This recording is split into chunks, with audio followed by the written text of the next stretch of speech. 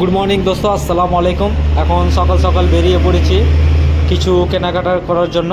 তো এখন আমরা টোটোতে বসে যাচ্ছি মালদার উদ্দেশ্যে। সো এখানে প্রথমে আমরা দেখতে লাগলাম সান্তরা, কমলা লেবু দেখতে লাগলাম। লেবুগুলো খুব ভালো লাগছিলো, তাই ভাবলাম এই কমলা লেবুগুলো নিয়ে নিই। সো দেখতে পাচ্ছ তোমরা। তারপরে এই যে কলা দেখতে লাগলাম, কলাগুলো বেশ ভালো ছিল, মিষ্টি ছিল, খেয়ে দেখলাম খুব ভালো লাগলো। দাদাকে বললাম যে পার্সেল করে দেন। দাদা এবার কলারগুলো কেটে কেটে সুন্দর করে রেখে দিচ্ছে। সো তোমরা দেখতেই পাচ্ছ। তো এখন এবার প্যাকিং করা স্টার্ট, কলাগুলো প্যাকিং করছে গুনে গুনে।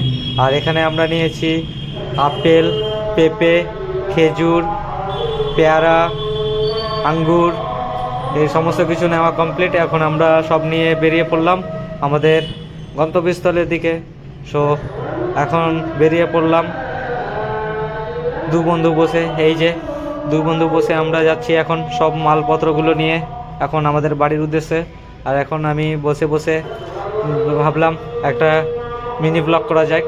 সো মিনি ব্লগটা করতে লাগলাম। আর এই হচ্ছে আমাদের সুজাপুর। আর আমার বাঁ সাইডে সব দেখতে পাচ্ছ প্রচুর ক্যান্টিন, কারণ আগামীকাল থেকে আমাদের মালদা জেলা তাবলিগি ইজতেমা শুরু হয়ে যাচ্ছে। আর পাশে দেখতে পাচ্ছ মেডিকেল ক্যাম্প এমার্জেন্সির জন্য। সো হ্যাঁ গাইস, আমার ব্লগটা তোমাদের কেমন লেগেছে? আশা করি ভালো লেগেছে। আর যদি ভালো লেগে থাকে তাহলে অবশ্যই বেশি বেশি করে লাইক, কমেন্ট, শেয়ার করো। আমার ফেসবুক পেজ সেটাকে অবশ্যই ফলো করে রাখো, আমার ইউটিউব চ্যানেল সেটাকেও অবশ্যই ফলো করে রাখো। আর যারা আমার পেজে নতুন এসছো তারা তো অবশ্যই আমার পেজটাকে ফলো করে রাখো।